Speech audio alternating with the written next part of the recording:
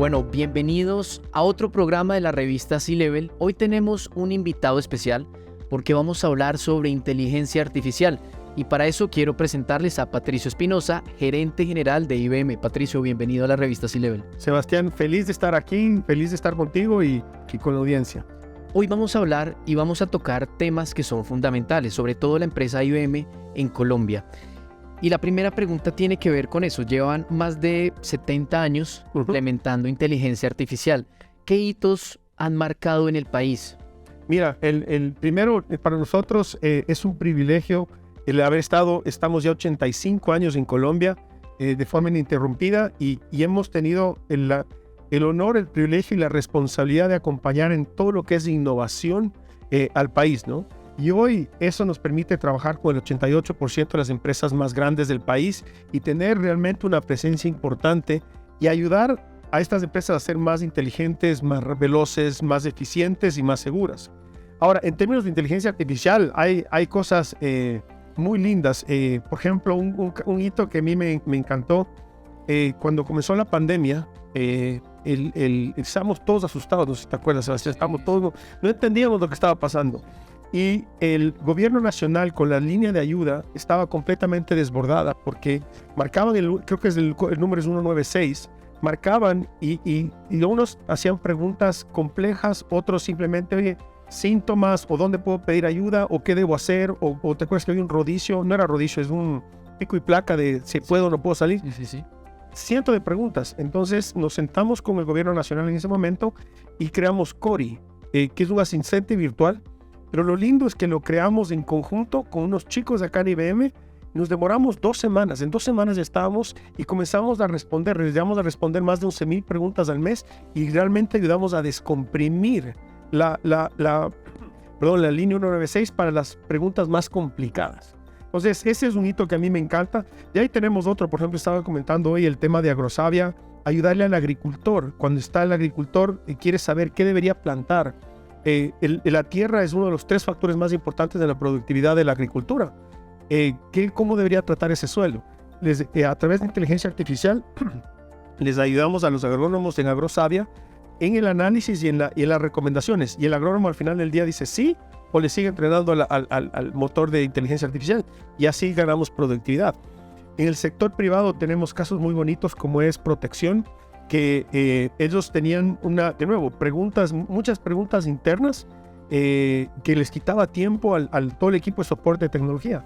Generaron su asistente pronto, le entrenaron poco a poco y a lo largo de los años y han hecho una cosa tan linda. Hoy responden 900,000 preguntas al mes con un 95% de satisfacción y se han descomprimido y están felices porque han ganado mucha productividad. Entonces son algunos casos, pero realmente vemos que aquí hay mucha innovación y muchas ganas de utilizar esta tecnología para generar valor a sus clientes internos o externos. Pregunta, para los emprendedores que tal vez están adentrando en el tema, están comenzando a mirar, a indagar cómo la inteligencia artificial puede aportar un valor fundamental a sus empresas. Estos casos que tú nos dices, ¿utilizan, por ejemplo, chatbots, el tema de los asistentes? Sí, son asistentes virtuales.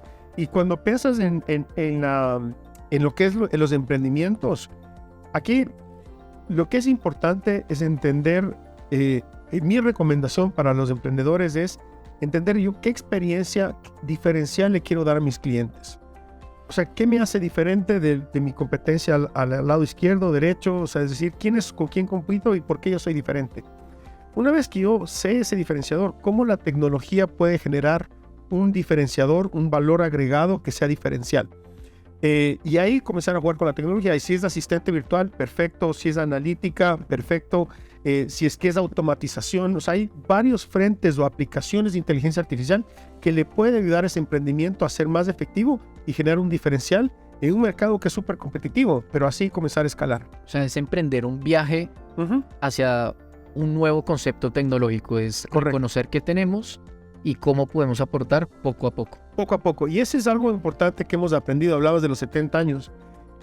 Para mí, las implementaciones de inteligencia artificial que mejores resultados han dado son las que han comenzado pequeños. Por ejemplo, el caso de protección, ellos comenzaron pequeño. Experimentar, interactuar de forma ágil, de forma rápida y ganando esa experiencia, y ahora tienen un monstruo en el buen sentido. Pero esto no es algo que se dio de la noche a la mañana. Eso es un aprendizaje y ese journey es el que hay que aprender. Bueno, hoy hablamos sobre los grandes avances que ha tenido la empresa, no solo en Colombia, sino en el mundo. Y uno de esos ha sido la captura de información y la correlación de datos a pequeña, mediana y grande escala. ¿Qué tan importantes son estos conceptos, captura de información y correlación de datos para las empresas? Es fundamental. Nosotros hablamos o pensamos, y esto es algo que yo creo que se habla mucho en la industria, que es cómo los datos pueden generar un diferencial, o cómo es el nuevo petróleo, es el nuevo recurso natural que te puede generar una diferenciación. Pero la realidad, yo te comentaba hoy, las empresas hoy no están aprovechando en toda su capacidad la analítica. En promedio, el 68% de la data no está siendo analizada, ¿no es cierto?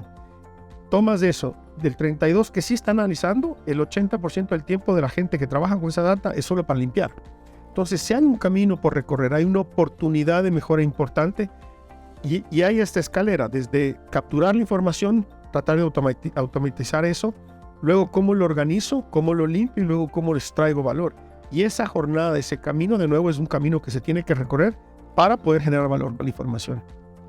Hemos hablado con nuestra audiencia de diferente forma y muchos se han preocupado por el tema de los ciberataques. En estos últimos años, sobre todo después de pandemia, polularon de diferente forma.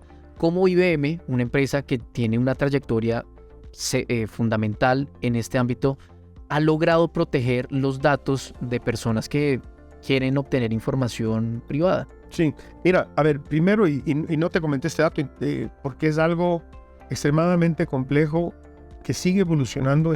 El cibercrimen es una industria muy dinámica. Te doy unos ejemplos de qué tan dinámico es. ¿Cuál es la industria que tú crees que es la más atacada en el mundo? La salud. Qué interesante, mira. Yo pensé que era la banca, imagínate. El año pasado, hace 2 años, era manufactura. La segunda es banca y seguros. ¿Por qué manufactura? Porque se dieron cuenta que había debilidades y había como crear una disrupción en la cadena de producción. El año pasado, y manufactura pasó al 3er lugar y ahora el número 1 es retail. Todo lo que es el tipo Grupo Éxito, la industria Carulla y todos estos, es el que tomó el 1er lugar. Entonces, es muy, muy dinámico. Dijiste salud. Salud, la razón por la que es interesante, el costo promedio de una brecha de datos en general es de $2.1 millones. En general. En salud, por la privacidad de datos, el costo de esa brecha es de $10 millones. Por eso es que tal vez no, en volumen no es tan grande, pero sí definitivamente tiene un alto impacto porque ahí pueden monetizar mucho los criminales. Pero parqueo eso por un minuto. La segunda, volviendo al tema de qué tan dinámica es la industria y por qué en Colombia tenemos un desafío. Colombia en nuestro último estudio se convirtió en el 2.º país más atacado de Latinoamérica. Solo estamos por detrás de Brasil, que es un monstruo. Colombia, y creo que tú, Sebastián, tú también has de haber visto los casos que se hicieron tan públicos el año pasado. Lastimosamente estamos en 2.º lugar, tenemos que cuidarnos. Ahora, ¿cómo IBM cuida a sus clientes? Nosotros tenemos estamos monitoreando a nivel mundial. Nosotros monitoreamos en promedio 150,000 millones de eventos que a través de nuestra herramienta de inteligencia artificial tenemos que discernir eso muy rápidamente para poder saber cuáles realmente son vulnerabilidades que tienen que ser protegidas inmediatamente. Llegamos a esa conclusión y automáticamente comenzamos a proteger a nivel mundial.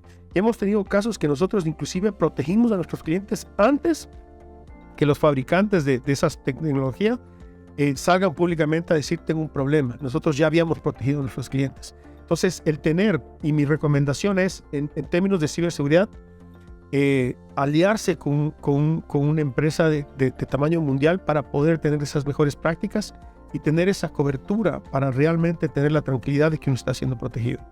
Patricio, para finalizar, hay un tema y un mito que es muy evidente en estos tiempos modernos, y es que la inteligencia artificial va a reemplazar al ser humano en muchos dominios, muchos campos, pero tal vez para las empresas puede ser un factor de eficiencia al destinarle el tiempo que deben de tener los empleados a otras labores. ¿Y cómo perciben ese tema de eficiencia e inteligencia? Sí, perfecto, me encanta la pregunta. La primera, yo creo que como principio, nosotros tenemos que entender, a mí me preguntan, ¿va a eliminar los trabajos? Yo no, definitivamente la tecnología no va a eliminar el 100% de los trabajos, pero sí va a transformar el 100% de los trabajos. O sea, vamos a cambiar y tenemos que entender eso, porque ponerse en una posición de esto no va a cambiar nos va a crear una desventaja. Más bien tenemos que ver cómo esto me puede aportar. Primer punto. Segundo punto, cuando hablabas en términos de eficiencias, todas las tareas repetitivas que hace una empresa, en nuestro último estudio nosotros creemos que hasta un 80% de esas tareas se pueden automatizar. Eso se traduce en una liberación de talento de hasta un 50% del talento. Ese talento, ahí las empresas tienen que tomar la decisión. Reinvierto en tareas de más alto valor, como tú dices, Sebastián. Yo creo que eso sería importantísimo, por ejemplo. O lo tomo como una eficiencia, que también es válido. Tenemos un caso súper interesante en Brasil, que es con Bradesco. Entra en el call center, entra la llamada, el cliente sabe que está siendo grabada la llamada, y Watson escucha. 9 de cada 10 preguntas, Watson ya sabe la respuesta. Eso a la persona que está atendiendo la llamada le libera la atención de estar diciendo, oye, ¿cómo resuelvo el problema? Y al contrario, le permite generar empatía, conexión. Sebastián, ¿cómo estás? ¿Cómo te ayudo? Porque no estoy preocupado en cómo demonios le resuelvo el problema. ¿Me entiendes? Entonces genera una experiencia con el cliente mucho más cercana y mucho más poderosa. Entonces sí creo que sí, en este caso de automatización, se está generando un valor. Y la última parte, y este es algo que para mí está muy cercano de mi corazón, es que esto también significa, esta transformación significa una oportunidad en términos de trabajo. Nosotros, el Ministerio de Tecnología y FedeSoft estiman que para el 2025 va a haber 250,000 puestos de trabajo abiertos en Colombia. Entonces, te puedes imaginar lo que eso significa en términos de oportunidad para todos nosotros. Y estamos trabajando con el gobierno nacional, con las alcaldías, con todas las organizaciones para poder educar a la gente. Y hemos habilitado, nosotros a través de estas alianzas hemos educado a más de 40,000 personas en los últimos año y medio. Y queremos llegar a continuar y ser muy agresivos. Lo lindo es que los colombianos son muy receptivos de estas iniciativas. En nuestra plataforma de Skills Build, que es gratuita y está disponible, Colombia es el segundo país en el mundo con más inscritos, solo detrás de India. Entonces puedes ver, a mí me encanta, eso es algo que a mí me fascina. Y por eso estas conversaciones, Sebastián, son tan importantes porque tenemos que compartir eso. Y el tener ese talento disponible va a generar una diferencia para la persona, para nosotros como compañía y también para la sociedad. Y ahí somos campeones. Pues Patricio Espinosa, muchísimas gracias por estar en este espacio y por supuesto invitamos a todas las personas a que sigan consultando nuestro contenido y que vayamos derrumbando esos mitos de la digitalización, ¿no? Sí, sin duda. Hoy por hoy es un tema trending en las empresas. Muchísimas gracias y nos vemos en el próximo live. Muchas gracias.